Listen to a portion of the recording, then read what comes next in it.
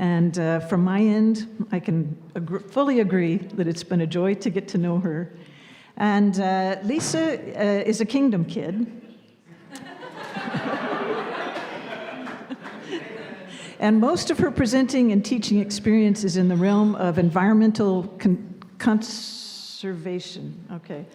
I wanted to say sustainable development, and she said that's too vague. So environmental conservation. Okay, got it. And she's our next gen person here. She taught at the Women's Day in Paris, which is one of the reasons that she's here today. And as you can tell, there's a family connection. And I think Steve's message opened up some new possibilities for our relationship, how she hears my voice. I think that...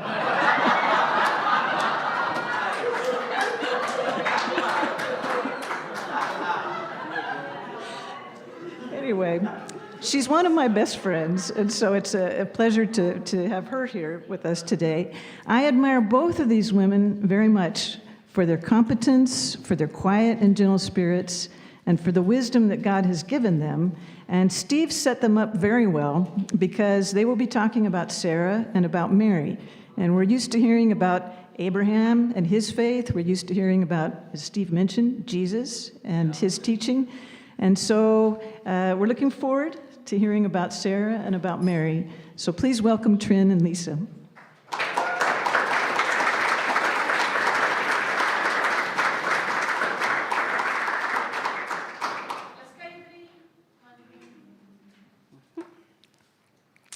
Hello. I'm so honored and just happy to stand in front of you today. For 2 months, Sarah has been a study for me. I hope my findings will inspire you as much as they inspired me. My goal for this topic was to understand, could we talk about Sarah's view of God and its results? What of that was preserved through the centuries and made it to the New Testament? And what could we learn from Sarah? I found 5 scriptures in New Testament which are talking about Sarah. Out of those, the 3 first ones are mentioning Sarah's role as a foremover and not really talking about the picture of God. But there are 2 scriptures which are talking about Sarah's view of God, about her heart and deeds. So my first point today, the view of God as foundation for faith. Hebrews 11:11. And by faith even Sarah, who was past childbearing age, was enabled to bear children because she considered him faithful who had made the promise. This verse is considered to be one of the most difficult ones to understand in Hebrews. There are some scholars who are holding the view that the context is Abraham's faith, or faith of them both. But most widespread translations are holding Sarah the one whose faith enabled her to conceive. So it is the first time Sarah's personal faith is described. Also, the foundation of her faith is laid out here. Sarah considered him faithful who had made the promise. Hebrew 11 is the chapter of the heroes of faith. And Sarah is one of the 3 Old Testament women author of Hebrews is talking, together with mother of Moses and Rahab. So to me it seems that the message here is about the essence of Sarah's faith. And my second point is godly expression of the view of God.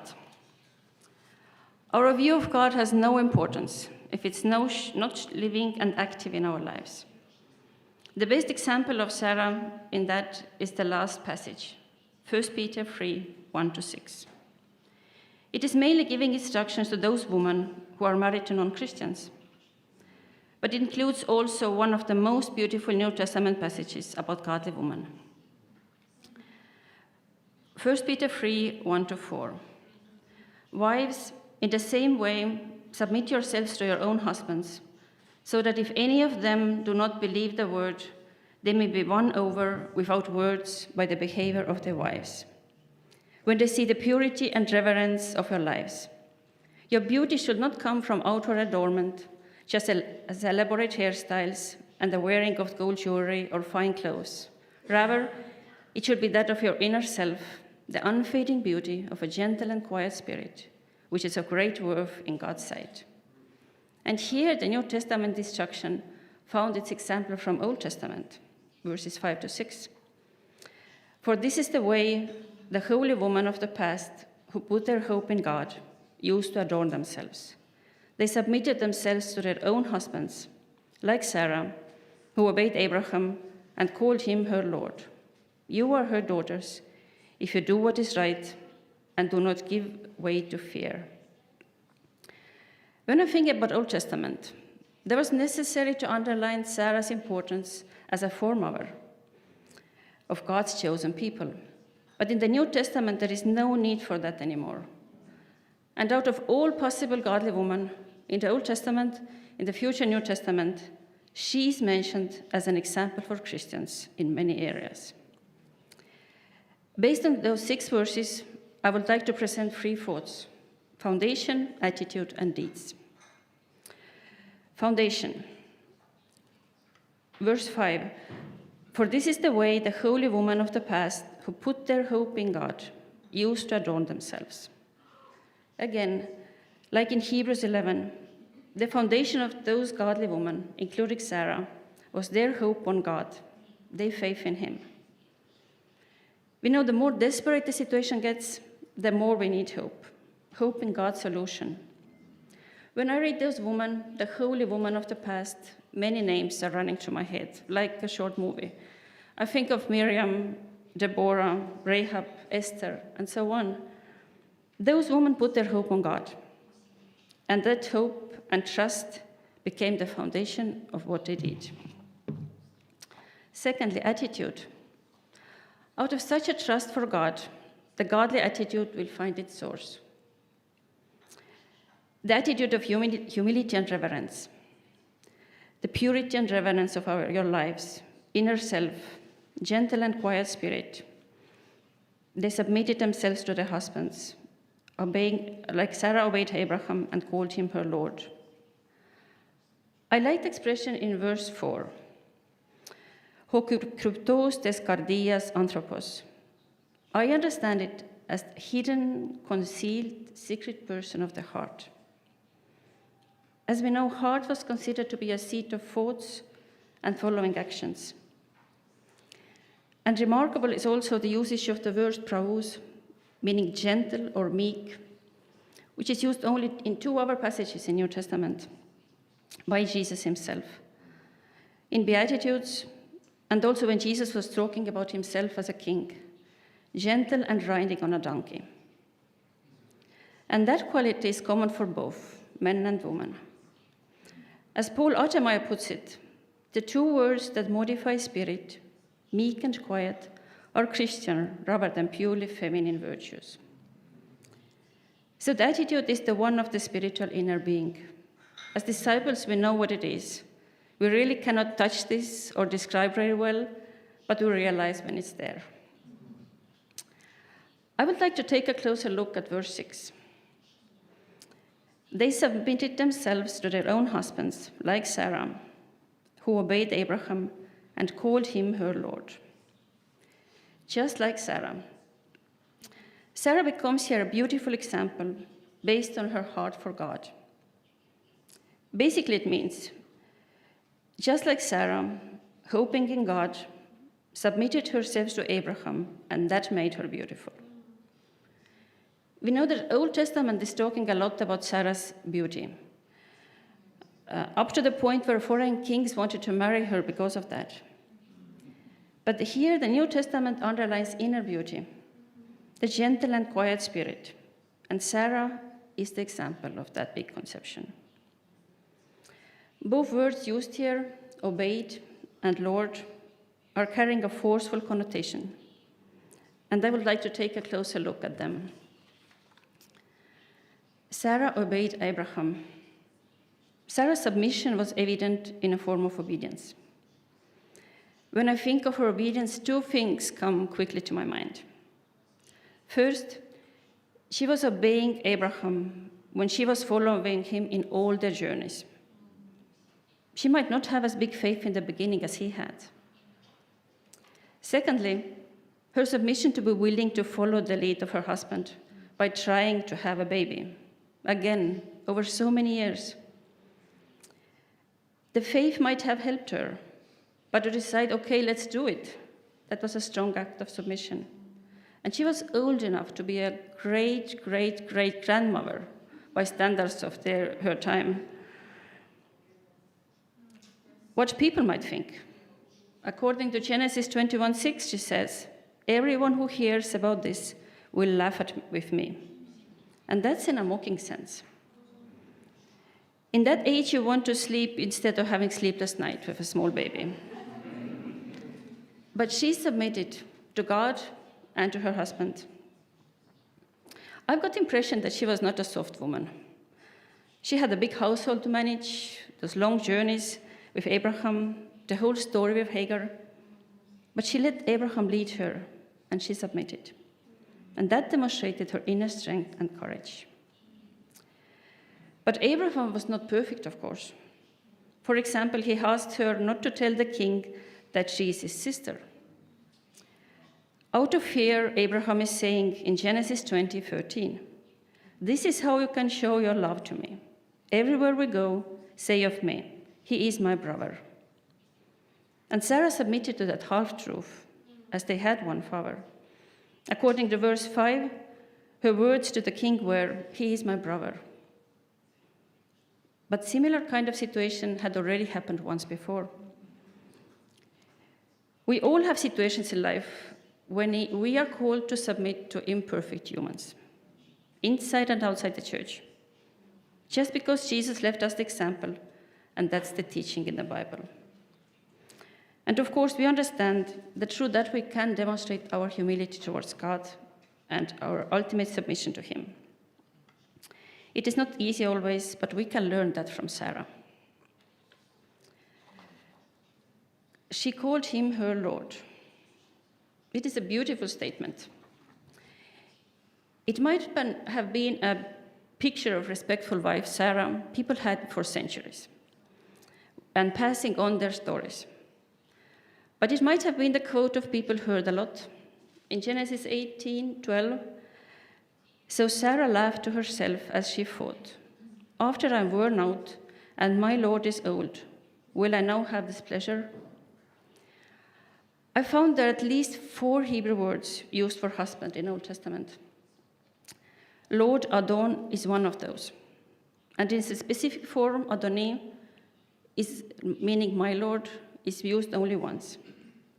That passage. And even if you think that that might be a manner of speaking in Eastern practice, and that's common, I think the statement in New Testament text is still an expression of good reputation she had in her attitude towards her husband. With her being and in her words, Sarah demonstrated her humility. And thirdly, deeds. So as we can see, there was foundation, hope in God, meaning trust, meaning faith. There was attitude of meekness, humility, and submission.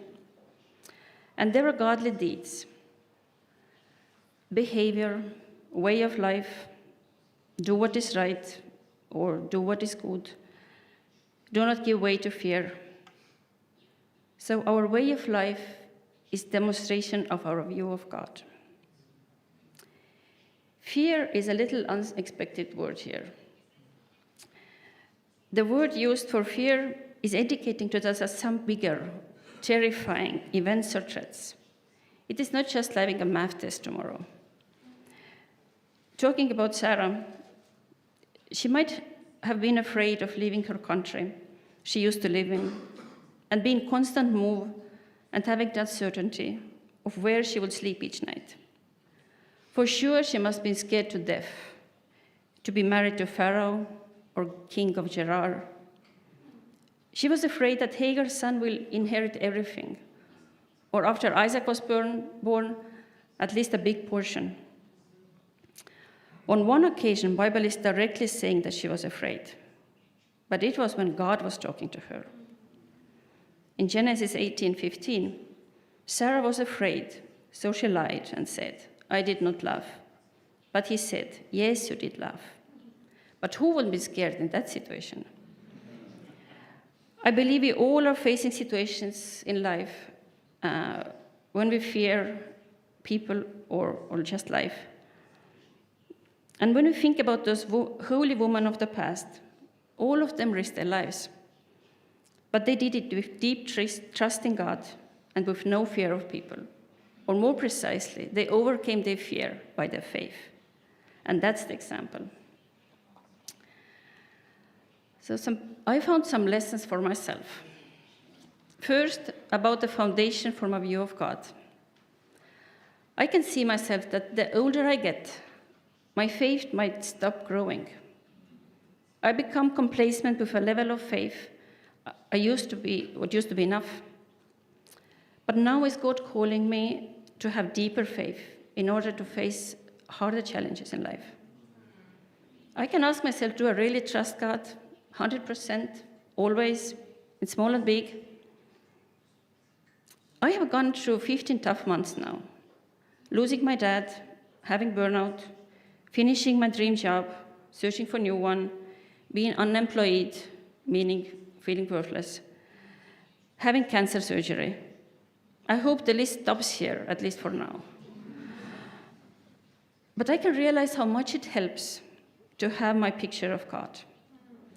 I have built it with His help for many years, as deep as wide as I knew. It needs to be built before the storms hit us, and it needs to be kept building. But I also think it's through these storms that God continues to build our faith. It's not pretty. We struggle, and it can be ugly and messy. We can come out stronger or weaker, but it's never too late to build faith stronger with God. Sarah was looking at miracles in their life, maybe at Abraham's walk with God, and they had a long life, so she had a lot of time to learn. But it seems to me that her faith kept growing, and that's a good example for me. Second lesson for me was, what kind of attitude do I have towards God? Is it grateful and submissive? Towards my husband, up to minor things and remarks? And when I'm talking with brothers and sisters, or thinking of them? Also humility towards politics and governments, and so on. It's often not easy, but Sarah's humility and submission are a big challenge for me. Thirdly, what is the outcome of all that in my life? Am I characterized by a holy way of life, filled with rightful deeds and courage? Am I not giving in to fear and not backing off? That's a good litmus test for me. Sarah's deeds and the way of life she was living is something I could follow. So many centuries later, there was still a memory of her as a godly woman. When we will manage to imitate her, then we can be called her daughters. And according to Galatians 4, we all are the children of the free woman, Sarah. If I should take out only one lesson from her, it will be to have a good foundation. It means to have a living and ever-growing picture about our mighty God, who is powerful enough to keep his promises and to help me grow in my attitude and behavior. When I finished my preps for the presentation, I started to dream, what if? I recalled my ideals and also the reality I was lucky to experience. And based on lessons from Sarah, I pictured the vision. We all understand the importance of good foundation, the hope and trust in God. And for that, we are reading our Bibles a lot and are helping each other to grow in that. And teaching ministries in churches are a good tool for that. I also imagine church characterized by attitude of Christ, by deep humility and mutual respect, love, trust, and sincerity. No pride, no selfishness, obedient to the word of God, God's family, clothed with humility toward one another. And I saw God-pleasing way of life in families, in churches, in society. No gossip, no scheming, no unresolved conflicts which may cause churches to fall. But church is full of love and good deeds, and of courage to help each other to grow and to share faith and to face life challenges, and imitating the faith of those who are teaching the word and living by it. That dream demanded some faith, but I absolutely love it. So, as a member of teaching ministry, I can only encourage us all to stay good students of the word. Thank you.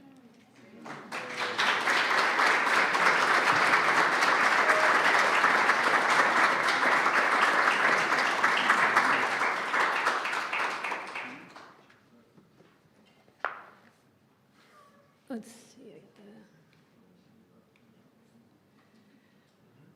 So, thank you, Triin, for setting that foundation as well, because I think that's a big topic for both of us. And looking at Sarah and Mary was looking at this foundation they have in their faith, and I did put the scripture of Hebrews just because I thought we're talking about growing in our perception of God. But I think what we agree on is that God stays the same. His qualities and his love for us are enduring. And so what we're really talking about is just our own growth and changes in life. So it was interesting that you talked about Mary, Steve. This will be more of an introduction to Mary than an in-depth study. But what we know about Mary, we have about different mentions in all four Gospels as well as Acts. So in Matthew, we mainly get Mary from kind of Joseph's perspective and of the incarnation.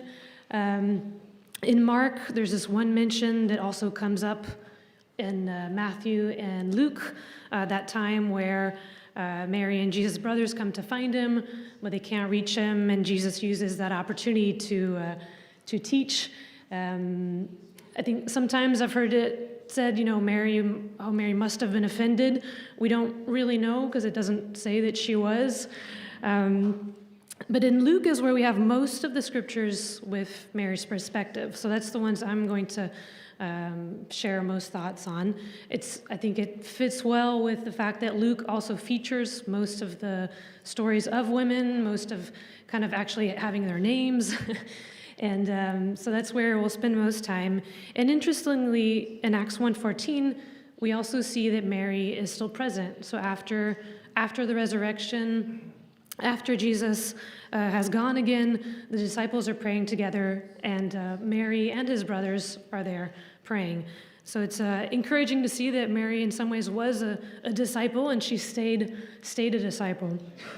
And then finally in John, a couple unique stories that don't come up in any of the other Gospels, showing as well that she's there from the beginning to the end of his ministry, from the first miracle all the way to the cross. And I think it was interesting reading in Luke, especially Luke 1:46 to 45, that's the Magnificat, that I found this was really, for me, this was kind of a clear example of what Mary's foundation was of who God is. It sort of just sums up, in some ways, I think, what she was, just the world she was living at the time. And I'll just go ahead and read it. Mary said, "My soul magnifies the Lord, and my spirit rejoices in God my Savior, for he has looked on the humble estate of his servant. For behold, from now on all generations will call me blessed. For he who is mighty has done great things for me, and holy is his name, and his mercy is for those who fear him from generation to generation. He has shown strength with his arm. He has scattered the proud in the thoughts of their hearts. He has brought down the mighty from their thrones and exalted those of humble estate. He has filled the hungry with good things, and the rich he has sent away empty. He has helped his servant Israel in remembrance of his mercy, as he spoke to our fathers, to Abraham and to his offspring forever." And I think just putting the context of what Mary was living, I think it's interesting to see that she must have had a pretty strong biblical education.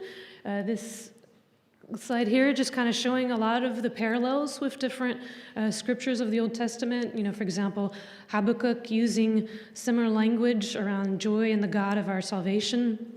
There's also, I think, reading it reminds me a lot of also Hannah's prayer for Samuel.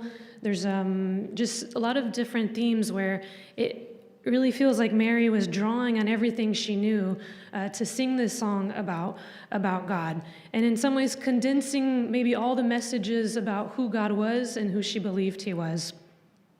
Living in a time where, as a teenager, living in a time desperate for this hope of the Messiah, living under an oppressive regime. It had been years since they had last, heard from God in some ways. And here, having Gabriel personally visit her. And so I just feel like reading this, I feel like there is this strong sense of praise and hope and joy in Mary. And just this God who regards the lowly, regards us in our distress. There's kind of hints of what Jesus would teach about as well in the Beatitudes. Blessed are those who thirst and hunger for righteousness. And in some ways, she's also announcing the gospel. She's announcing who Jesus was meant to be. And but I think when I was kind of reading through this, one thing that struck me, though, in conversations I've had recently was wondering if this is the image of God and maybe as a church in general, we convey. Because I was talking, for example, to a colleague who's kind of looking at church again. He was, he's been exploring different things, and partly what has drawn him has been sort of some traditional aspects of church. And, reading an article as well about how young people are drawn to the Catholic Church for some very traditional values. And I think that can be a reason to start going to church, but I also think a lot of young people are also questioning a lot of traditions. And it just made me wonder, do I want to be, is this what I'm talking about with people? Is this what people, when they think Christians, this is the image they have of God? Is this God who brings down the mighty from their thrones and exalts the humble? Are we, as, we've been talking about this weekend, are we growing to be more like Christ rather than just getting sort of stuck in tradition? Is this what we're teaching young people? Are we making this song real for people today? I think that was for me still kind of a question when I'm talking with colleagues. Is on the one hand, this can bring a lot of hope when we're facing a lot of challenging situations in the world. That God is acting powerfully and has the power to change things, and at the same time, I think a lot of people live with a lot of cynicism. What really, there's a lot of hungry people in the world. Is this really, what happened here? Mary, it was interesting to think about how Mary was a teenager when she sang this. And, I was a teenager 15, 20 years ago, and that's very different from a teenager today, and just how different our lives are. But yet this song is still true today. So what does that actually mean, that this is true, that this God that Mary's talking about is the God that we worship today? And I think Andy had talked about in a class on Galatians about, we need to keep telling this story to a new generation. And so continuing kind of on another couple scriptures, just also looking at Mary's faith and faithfulness. Starts off, it's a great, when she sings the song, she's kind of on a high. It's, Gabriel's told her that the son will be born to her, who will be the king, who will reign over the house of Jacob forever. This is exciting. And then it's only a chapter later that there's sort of a beginning of something's not quite what she might have expected. Simeon blesses her, but then tells her a sword will pierce through your own soul also. And her whole life ended up being probably very different than what she imagined when Gabriel first visited. Whether it's that first time in the temple, losing Jesus, his whole ministry, seeing her son rejected, seeing him, rejected in his own hometown, rejected by the Pharisees, all the way to dying on a cross. And that moment when, Jesus hands her over to one of the disciples, she must have just felt this desperation of, what was this all about? Was this really what being favored was meant to be? And that, we seeing that scripture in Acts means that she made it. She made it through that faith. Obviously, the resurrection probably changed a lot of things. But I think she still, throughout her life, she had to, accept that Jesus was not going to be the king she might have thought he was going to be. That his ministry was very different from what she might have thought, and what, initially that song's always kind of interesting because it has very much this Old Testament feeling, and yet, Luke kept it there probably because, it's still true today. And as my mother said, I grew up in the church, and, I had my own journey of, being a child in kids class and having to grow in my understanding of who God is and what that means as a kid, as a teenager, as a student. I think later on, seeing a lot of people, friends in the church who got married, got even divorced, maybe lost a spouse, others of us who are still single, or people becoming parents, struggling to become parents. And this is things happening to people who are under 30, under 35. And so I think even just thinking about teaching, and when we're talking about reshaping the relationship we have with God, it's happening also very young to a certain extent. And just how much of these things are, through all this, God doesn't change, but our own perception often has to grow. And, even kind of on a more academic note, in university, I took a class on evolutionary biology, and it was just really interesting to think about sort of the new ways about how God could work, how God did, what creation actually was, and how God is creating constantly. And I was very grateful, actually. My professor was a believer, so that was helpful because I think he brought in a really interesting perspective of reconciling science, faith, in ways that I'm so grateful for. And but I think the last point I wanted to look at was what I think helped Mary just navigate through all these different things. And there's probably a lot that could be said, but looking at these two scriptures, where it talks about Mary treasuring up all these things, pondering them in her heart. That first one is when the angels had come or had visited the shepherds. A shepherd told them about, we had this really exciting, everything that had happened, and she treasures those memories and those things. Later in Luke 2, this is at the temple, so more of a situation of distress, maybe not quite as joyful as the episode with the shepherds. But again, she treasures up all these things in her heart.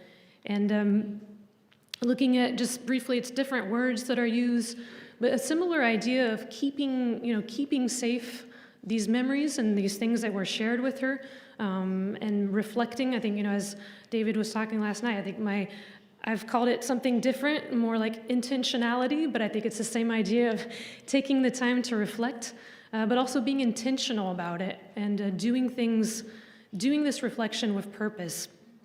I think the word ponder is interesting because it has different uses, but just this general idea of being able to consider, kind of meet with the ideas and really think them through, wrestle with them. And I think Mary had to do a lot of that in her life to kind of wrestle through, this exciting birth and then maybe a less than exciting life at times. And I've gone too far there. But I think as well, just on the idea of, Mary knew that something very special was happening in her life. She didn't necessarily understand it all at that time. And I think that's something even for me sometimes to think about, God is doing special things in our lives. We don't always understand them. I don't always understand them. I think even just living in a very different age than Mary, there's a lot to catch our attention. I'm very easily distracted scrolling or through whatever it is. Nowadays there's like Instagram or TikTok or X or Twitter for whatever generation you're at. And I think it's maybe sometimes easy to talk about being distracted as, it's this sort of evil thing that, but I think a lot of it sometimes also is a symptom of maybe just kind of the burden of all the things we have to think about. And it's also, I think people are trying to make sense of things. They're trying to, looking for community. Some of it is just trying to kind of escape reality, but I think this is where Mary's example to me is really inspiring, that she really took, she treasured these things, and I think throughout her life kept reflecting on them. And so for me, it was a question, what am I intentional about? I had, talking with Triin, I was saying the French are very negative. And am I working hard to have a less negative outlook on life? And she's like, I think the Estonians could compete with the French in terms of how negative they are. So I don't know, but maybe that's probably not a competition we want to have. But yeah, just thinking, what am I intentional about? And so I think just to kind of conclude, really just thinking about Mary's foundation. What is my foundation? Is it the same as Mary's, being based on the scriptures, on this view of God? Is that the view I'm also passing on to people? Mary's faith and faithfulness. Do I still believe the song that Mary sang throughout different situations? And finally, just for all those things, am I intentional about pondering who God is and getting to know God better? And so that brings us to the end.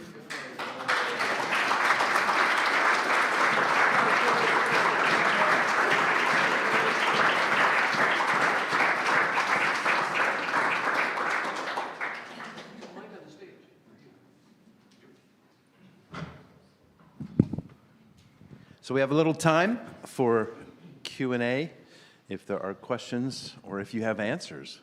We always love people who have answers.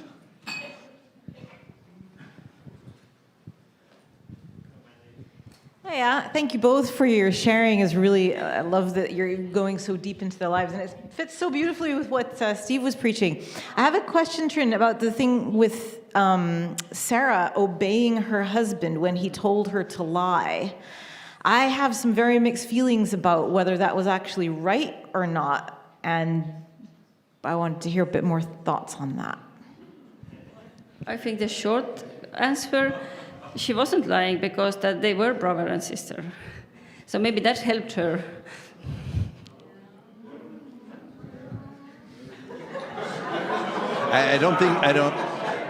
I'm hearing she wants more. I'm hearing that she wants more. Another question. Maybe we can do an easier one.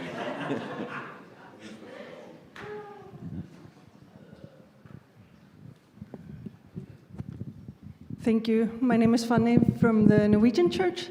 So I actually had a question regarding the same topic. So a hot topic, obviously, but of course I want us to really be obedient to God's truth and submissive to what God wants us to be. At the same time, I was thinking about how God is creating women as a partner and the emotional lifesaver, and how God is kind of putting the role of women in Genesis. And I was thinking in that situation, if you could comment about what is kind of God's truth and what is culture in this context. And when we think about it through the other lens of Genesis, would it have been more helpful for her to help Abraham not going into that sin of lying and helping him to have the trust that she had in God? So could we, Abraham, view this in a different way? Should we trust that God would help us? Should we, not lie? So could you comment on that, the culture versus God's truth? You're putting a lot on my shoulders.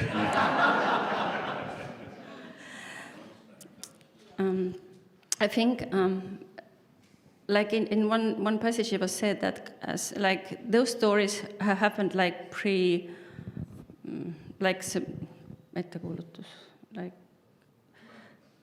not commandments. Like they were told beforehand for us to teach something. Examples, yeah. I'm sure there was a lot of cultural there, but in the Old Testament times, I think I was not studying, but I was reading, looking through some feminine perspectives. I personally don't like as much because I think we cannot jump back to Old Testament time. It's a different society. And to take out from that Sarah was victim and Sarah had Hagar, they both were victims, I think it's a too big jump. Because that was that time, that culture, the level of society. Like 2-year-old kid is different than 42-year-old person. But I think that remains the same, that we need to wrestle with God. I cannot tell you what if she would, how should help, and where Abraham did mess up. We all mess up. But I think God works through our mess-ups, and that's the good thing. And having those stories, I love Old Testament very much, because the picture of God which comes out from there, his sovereignty, his holiness, it's hard to find that in New Testament for me sometimes. But also, I think all the lessons from Old Testament, that we can ponder and think and take our lessons and use our imagination, like Steve said, and reflect. I think that's a great tool. And as Steve put it, I really love it. Look, I love to dig deep, or like dig and find, having goosebumps, and then, okay, that was not it. And sometimes we even understand, not right away, but it helps us at that moment. In 10 years from now, I think, oh, maybe that was correct, but that was helpful. And I think God works even through that. So I don't know if that helped. We had, I think the years you and then Tammy. А может кто-то перевести на английский, может мать? Окей. Когда я вышла замуж, вообще я человек такой с трудным воображением, и я больше логически размышляю, и когда я читаю Библию, что... When I got married, I was challenged because I was marrying someone with a different sort of personality than me. Что вот сказали подчиняться мужчине, мужу, и вот надо подчиняться. То есть I'm the это more логично. logical one, and reading that I was to submit to my husband. Единственные моменты, где Бог объясняет, почему Он так решил, это вот в Тимофею, когда он сказал, что это потому, что Сара там согрешила, и поэтому вот как бы она теперь должна мужу подчиняться. And the only reason I could find in Scripture was the one given in 1 Timothy chapter 2, where because of Eve's sin, she was to submit to her husband. И поэтому вот эта вот идея подчинения для меня больше была как наказание какое-то от Бога и что-то с негативным такой мыслью. For that reason, submission was a kind of punishment in my understanding. Но весь мир как бы меняется и учат, что вот женщина должна сохранять собственное «я», должна как бы быть такой независимой. И у меня был вот когнитивный диссонанс. And the world teaches something different that leaves me with a dissonance, that the woman should be her own person, that she should develop herself. Поэтому я больше как бы приказывала себе, как приказание от Бога, надо подчиняться. So I just kind of use self-control, and following God, I submitted myself. Но это с трудом получалось, потому что когда пружину сгибаешь, она потом вот так выпрыгивает. And but that led to some interesting moments, because if you're not flexible, after a while something pops. И рано или поздно моя вот эта независимость, она выстреливала, и все было плохо. In the end, my independence came out, and that didn't go so well. Но спустя какое-то время вот я поняла вот эту идею, которую ты сказала, что Сара, ее подчинение мужу, оно исходило из того, как она относилась к Богу, и из ее понимания о Боге. And eventually, something began to change, and I began to understand what you were sharing about Sarah, that it was based in her faith in God that she was able to submit. И в конечном итоге в моей жизни это также было. То есть я начала больше изучать о Боге, больше изучать о Его характере, о Его отношении ко мне, что Он любит меня, не наказывает как женщину. And so this actually changed my focus in learning more about God, because He was the center of this submission now is focused on Him. И это вот дало такое понимание, что подчиняться Богу, подчиняться мужу — это легко. And actually now I'm like, you know what, submitting to my husband is easy. Это не проклятие. It's not a curse. Но я не могла это именно сформулировать и объяснить женам, которые только что вышли замуж, или своим дочерям. But I haven't been able to explain this to those newly married sisters that I know. Я просто говорила, у меня как-то это получилось. Вот. Я не чувствую от этого давления, от подчинения мужу. Просто как-то вот так получилось само собой. Something changed in me, and it happened. Yeah.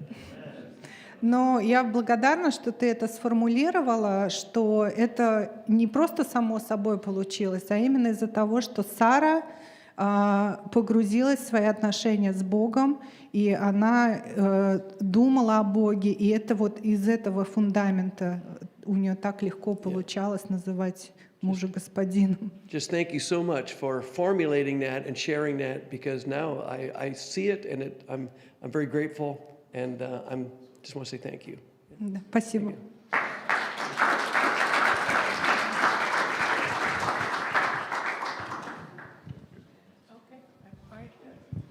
Okay, great job. It was wonderful to watch Triin and Lisa both sharing, and also choosing Sarah, an older woman. I know she was young at some point, but I always think of her as an older woman. And then Lisa, the young Mary, right? And I know you're older than Mary as a teenager, but thank you for that. And the question I wanted to ask was, the two of you, I sort of feel like sometimes we're in a moment in history where everything's changing again on such a gigantic level, kind of like when we lost and gained different things, when information stopped being passed verbally and it began to be written down. I'm sure there were people who were very upset that we're losing the gift and the ability to memorize. And now we are reading and dependent on reading. And that, obviously, that opened a whole new world to us, but I'm sure that there were people saying, no, this is bad. And I feel like now, I feel concerned sometimes because of, maybe it's a selfish perspective or my own lens, but I feel like so much of my relationship with God and my peace with God and the mysticism that I enjoy with God was born out of a deep knowledge of the written word. And I feel like maybe our younger people are not having that same experience, or able to have that same experience in the same way that my generation had to, because I'm an analog child, I'm not a digital child, right? So my question to both of you, from Sarah's perspective and from Mary's perspective, from a little older, a little younger, what do you think about that?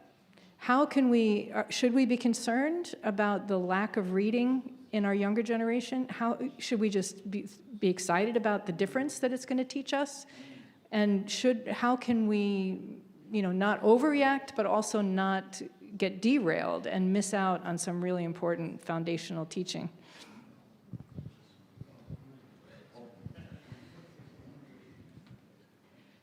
I can start a little bit. I do want to say I'm not representing all young people, because I'm part of the millennials group, which means I'm sort of started with digital, but not as fully digital as, say, Gen Z or even younger. And I think I see that it's different even between my generation and the next generation. So as you talk about things happening very fast, it's a bit daunting.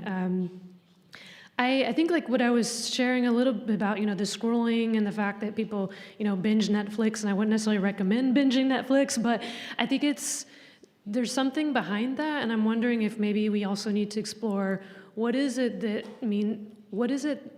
young people are disconnected maybe from reading their Bibles? I think our Women's Day was quite interesting because we had people of all ages, and talking about Hagar and doing kind of a deeper study. And it was all ages that were like, oh, that was inspiring. I want to read my Bible more. And I think also because of a lot of questions that young people are asking, I think maybe it's just they're not getting the answers they want. There's a lot of, you hear there's new podcasts every day about how you should be, there's a new way to look at the Bible. And I think there are ways kind of coming back to tradition. Maybe we've been too traditional on certain things of how we read the Bible. And, I look at what I was taught in kids class to what I, know now, it's very different. And I think for some people, making that switch is terrifying, I think, as well. And I think it's also, so I wonder if part of it's that, trying to understand better, how do we make it accessible to them, being in a way that's easy to understand, but also not being dishonest about some of the complexity in the Bible. That's a little small bit.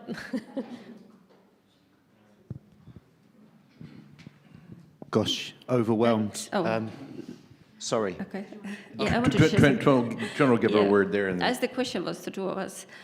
Thanks, Tammy. I think this is an excellent question because I don't think it's a generational issue because it seems overall people are reading less, including reading less Bible. And we in our teaching ministry have been thinking for years, what should we do about that? And this East London examples were really good, like how to help people to grow in that. But I think, because I've been part of with young people in ministry in Triin campus for 8 years. And I would say they are the girls there are the most deepest ones almost in church. Because we created a habit to study Bible together once a month. And how to do that. But because I think, I don't know, I'm sure and hope it was the case for many of you, when you became disciples, somebody taught you how to make quiet time. And you find your own ways and keep doing that. As doing together helps it. But for so many people, nobody even taught that. And it is really hard to figure it out yourself. So I think my dream, this is a really important task for teaching ministry, to help people to go deep into the Bible and, doing that. And I feel I need to make a note about the submission, because now I understand what the question came from. I didn't read 1 Peter 3, verse 7. That's for men. And New Testament scriptures, they were there. They command us to submit each other. So that's the cultural thing. Thank you. Quick question. So it's up to you. We have 3 minutes.